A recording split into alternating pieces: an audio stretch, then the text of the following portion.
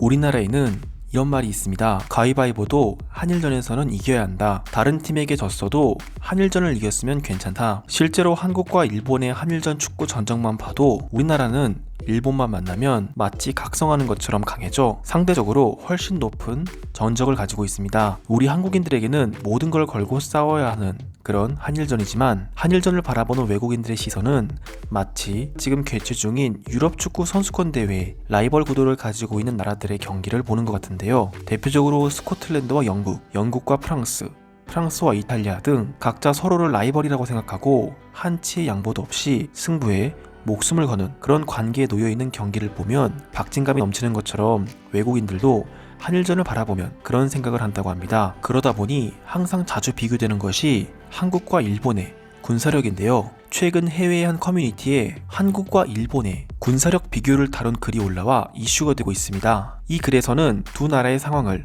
호랑이와 상어의 싸움이라고 칭하고 결론부터 말씀드리자면 육지에서는 한국이, 바다에서는 일본이 더 강하다는 분석이 이 글의 결론이었습니다. 지금 바로 글의 내용을 알아보도록 하겠습니다. 한국과 일본의 전투력을 비교하는 경우가 많은데 먼저 한국의 병력은 60만이 넘는다. 반면 일본은 배 나온 중년, 자위대원이 널렸고 한국은 예비군까지 갖추고 있어 육지에서는 일본이 한국을 절대로 이길 수 없다. 한국 육군은 일본 육상 자위대를 압살할 정도의 양과 질을 자랑하고 굳이 육군이 아닌 평범한 한국 남성들이라도 모두가 총을 쥐어주면 당장 사격 자세가 나올 만큼 훈련이 잘 되어 있지. 대략 한국 남자 2,500만 명이 모두 어느 정도 싸울 수 있는 군사들이라고 생각하면 일본에 배 나온 육상 자위대 중년층은 물론 며칠 안으로 육군 전체를 압살할 수 있다는 것은 누구나 상상해 볼 수 있을 거야. 반면 공군에 대해서는 2002년 당시 한국과 일본이 붙었다면 한국이 진다. 그때는 아직 F-15K가 들어오지 않았던 상황이고 지원기들이 없었던 시절이니까. 하지만 지금은 KF-21 보람의 시제기가 나왔고 절대로 밀리지 않는 정도야. 현대전은 공중을 장악하는 자가 이기는 게임이지만 공중전은 두 나라가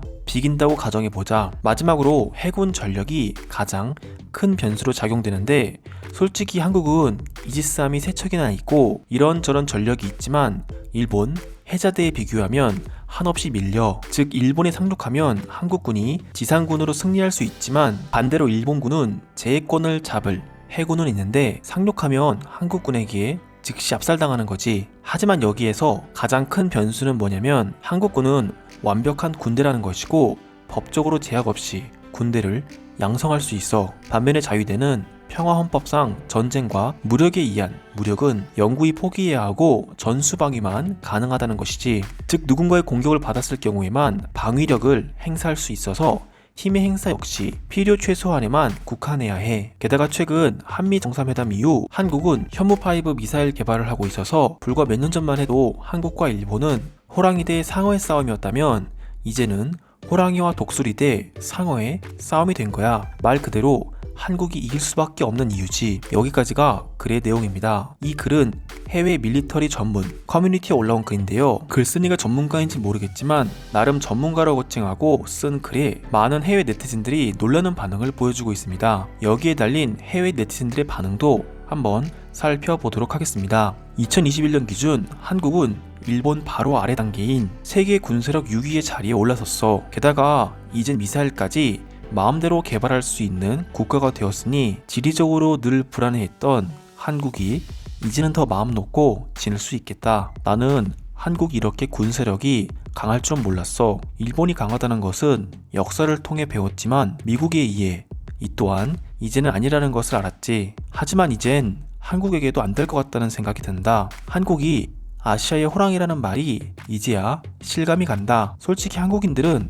한반도가 호랑이가 움츠리고 있다고 억지를 부리지만 군사력을 보니 진짜 한국은 아시아의 호랑이라는 생각이 들어. 육군이 저렇게 강할 줄은 상상도 못했다. 한국은 육군뿐만이 아니라 이제 곧 개발될 미사일에도 엄청난 기술력을 가지고 있어. 지금 보유하고 있는 미사일만으로도 자신들을 보호하는 데 있어 부족함이 없지만 이제 이 규모를 더 키울 것이라고 이야기하니 진짜 선진국이 되어가고 있지. 과거에는 한국의 해군이 강했다고 들었는데 이제는 정반대구나. 과거에는 해군이 식량을 비롯한 추가적인 지원을 끊어버리면 육군들이 고립되어 매우 중요한 역할을 했는데 이제는 해군보다는 육군과 공군의 중요성이 커진 것 같다. 너의 글을 정말 잘 읽었어. 나는 이전부터 이런 밀리터리 글에 관심이 많았는데 한국의 육군의 위력이 이 정도로 강하다는 것은 이제 알게 됐어. 한국 남자 전체가 군인의 역할로 당장 전쟁에 참가할 수 있다는 이야기도 정말 흥미로워. 이건 정말이야. 한국의 중년층은 잦은 등산과 관리로 인해 매우 건강한 편에 속하고 한국은 전 세계적으로 인정해주는 장수국가지. 게다가 한일전이라면 당장이라도 일어나 싸울 긍지가 있는 게 바로 한국인이야. 일본이 강할 거라 생각하고 읽기 시작한 글을 다 읽고 나니 한국 밀리터리에 관심을 갖게 된다. 나는 일본 자위대가 저렇게 많은 제한을 갖고 있는 줄은 정말 몰랐어. 반면에 한국은 이제야 마지막으로 갖고 있던 족쇄가 풀렸으니 한국을 도발하면 정말 큰일 나겠다. 사실 한국 역시 미군의 영향을 받은 것은 사실이야. 하지만 저 글에서 나온 것처럼 한국은 엄연한 군대이고 일본은 자위대라는 것이지. 일본은 자신들을 지키는 것 외에는 아무것도 할 수 없는 그런 용도라고 생각하면 될 거야. 한국이 저 정도인데 북한과 통일되면 아시아에서 정말 큰 영향력을 행사할 것 같다. 나는 한국인들의 발전을 바라보면서 저들은 정말 의지가 강한 민족이라는 생각이 들어. 같은 군인으로서 정말 존중한다. 아시아면 일본이 가장 강하고 선진국가로 알고 있었는데 한국 역시 선진국이라 하더군. 언제 저렇게 발전했는지 나도 몰랐고 무엇보다 군사력이 5천만 인구에서 세계 6위라는 것은 모두 싸움꾼이라고 봐도 과언이 아닐 한국인들이야. 정말 대단하다. 한국은 이제 미사일뿐만이 아니라 전투기도 만들고 있다고 들었어. 전투기를 만드는 기술력은 전 세계에 기술을 빌려 사용하지만 결과론적으로는 한국산 전투기가 탄생되는 것이지. 심지어 이 전투기를 수출할 생각까지 하고 있다니 한국이 제2의 미국이 될 날이 멀지 않았다고 생각한다. 정말 빠른 발전을 이루고 있는 한국이야.